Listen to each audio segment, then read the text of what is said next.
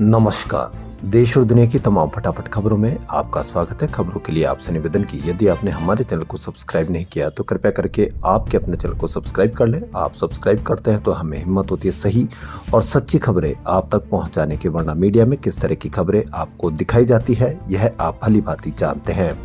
बांग्लादेश में एक व्यक्ति की हत्या हुई, पूरा देश आज उसी हत्या शोक मना रहा है और प्रदर्शन कर रहा है। लेकिन यूपी में अखलाक की हत्या करने पर पूरा यूपी या पूरा मीडिया कहीं पर भी कोई बात नहीं कर रहा। क्या आपको पता है कि अखलाक की भीड़ के द्वारा हत्या की जाने पर उनके आरोपियों को छुड़ाने के लिए याचिका दायर की, जो आज कोर्ट ने खारिज कर दी है। दोनों जगह एक ही हत्या है, कहीं पर भी छुड़ाने के लिए याचिका लगाई जा रही है और कहीं पर हत्या होने पर उसके खिलाफ विरोध प्रदर्शन किया जा रहा है। तो क्या आप इसको समझ सकते हैं या क्या आपके समझ में आ रही है? तो क्या है आज की बड़ी खबरें। लोकसभा में नेता प्रतिपक्ष राहुल गांधी ने बीजेपी पर भारतीय संविधान को खत्म करने की साजिश रचने का आरोप लगाया है। राहुल गांधी ने कहा कि बीजेपी संविधान की उस मूल भावनाओं को खत्म करना चाहती है जो सभी नागरिकों को समान अधिकार देती है। राहुल 17 से 19 दिसंबर तक जर्मनी दौरे पर पहुंचे थे। इस दौरान 18 अक्टूबर को उन्होंने बर्लिन स्थित 30 स्कूल में छात्रों को संबोधित किया था।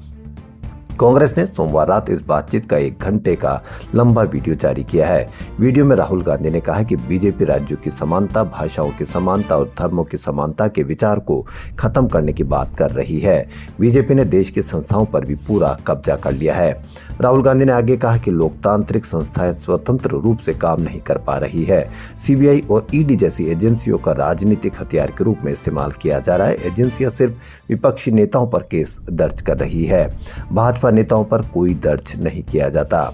हम सिर्फ बीजेपी से नहीं लड़ रहे, हम उनके भारतीय संस्थागत ढांचे और एजेंसियों पर कब्जे के खिलाफ भी लड़ रहे हैं। उन्नाव रेप केस में उम्र कैद की सजा काट रहे भाजपा के पूर्व विधायक कुलदीप सिंह सेंगर को दिल्ली हाईकोर्ट ने बेल दे दी है। जस्टिस ने सजा की अपील पर सुनवाई पूरी होने तक सस्पेंड कर दिया। सेंगर ने सजा के खिलाफ अपील की है।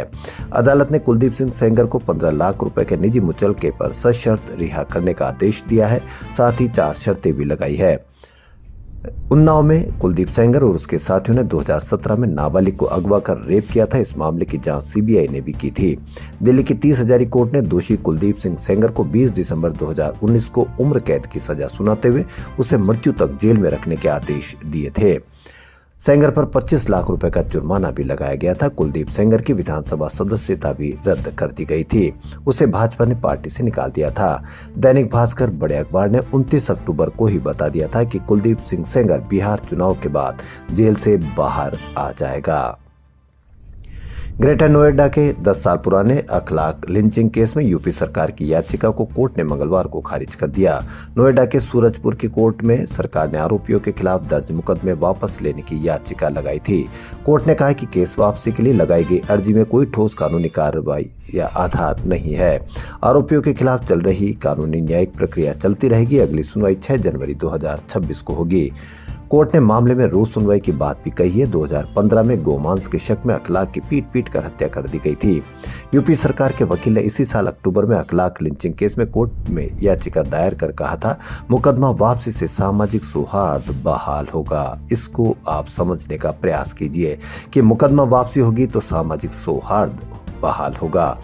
कोर्ट में सुनवाई के दौरान सीपीआईएम नेता वृंदा करात ने बताया कि सरकार की ओर से लगाई गई अर्जी आधारहीन है। अदालत ने भी इस बात को माना कि हम आगे भी पीड़ित परिवार के साथ खड़े रहेंगे। दरअसल इसी साल अक्टूबर महीने में यूपी सरकार के वकील ने कोर्ट में दलील दी थी कि मुकदमा वापसी से सामाजिक सौहार्द बहाल होगा। राजस्थान लोक सेवा आयोग ने सहायक आचार्य संस्कृत शिक्षा विभाग परीक्षा 2024 के लिए धर्मशास्त्र, ज्योतिष फलित और यजुर्वेद विषयों का परिणाम जारी कर दिया। इस सब्जेक्ट के लिए एक भी कैंडिडेट पास नहीं हो सका। इंटरव्यू तक जाने के लिए उन्हें लिखित परीक्षा में मिनिमम 40% नंबर लाने थे। यह भर्ती 12 जनवरी 2024 को विभिन्न विषयों के कुल 200 पदों के लिए निकाली गई थी। धर्मशास्त्र, ज्योतिष और यजुर्वेद पदों के लिए कुल 225 लोगों ने आवेदन किया था।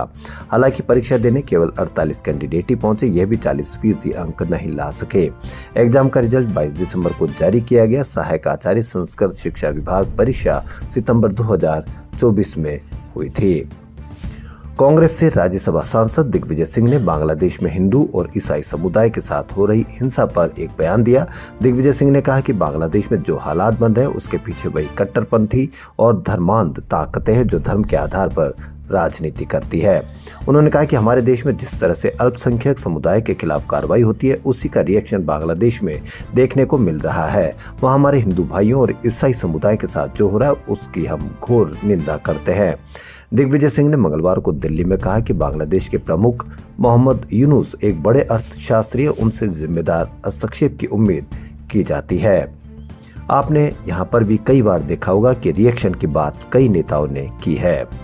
वहीं एक बड़ी खबर, दिल्ली के पटपड़गंज वार्ड से बीजेपी पार्षद रेणु चौधरी का एक वीडियो वायरल हो रहा है। इस पर भी आप अवश्य कमेंट करके बताना। इसमें एक अफ्रीकी फुटबॉल कोच को 1 महीने के भीतर हिंदी सीखने की चेतावनी देती नजर आ रही है। पार्षद कहती है कि अगर हिंदी नहीं सीखी तो पार्क छीन लिया जाएगा। जानकारी के अनुसार यह अफ्रीकी नागरिक करीब 15 साल से उसी इलाके में रह रहा है। उसने दिल्ली नगर निगम से पार्क किराए पर लिया और इसमें बच्चों को फुटबॉल कोचिंग देता है। पार्षद ने धमकाने का वीडियो खुद सोशल मीडिया पर पोस्ट किया है। इसमें रेणु चौधरी अफ्रीकन कोच से पूछती है कि वह अब तक हिंदी क्यों नहीं सीख पाया। यहाँ का पैसा खा रहे हो तो हिंदी बोलना सीखो। जब वहाँ मौजूद कुछ लोग इस बात का मजाक समझ कर हंसते हैं तो पार्षद कहती है कि यह कोई मजाक नहीं है, वह इस चेतावनी को लेकर गंभीर है। आपने इस तरह के किस तरह के हालात है यह आप इस पर भी आप अवश्य कमेंट करके बताएं। देश और दुनिया की तमाम फटाफट खबरों में फिलहाल इतना ही। धन्यवाद।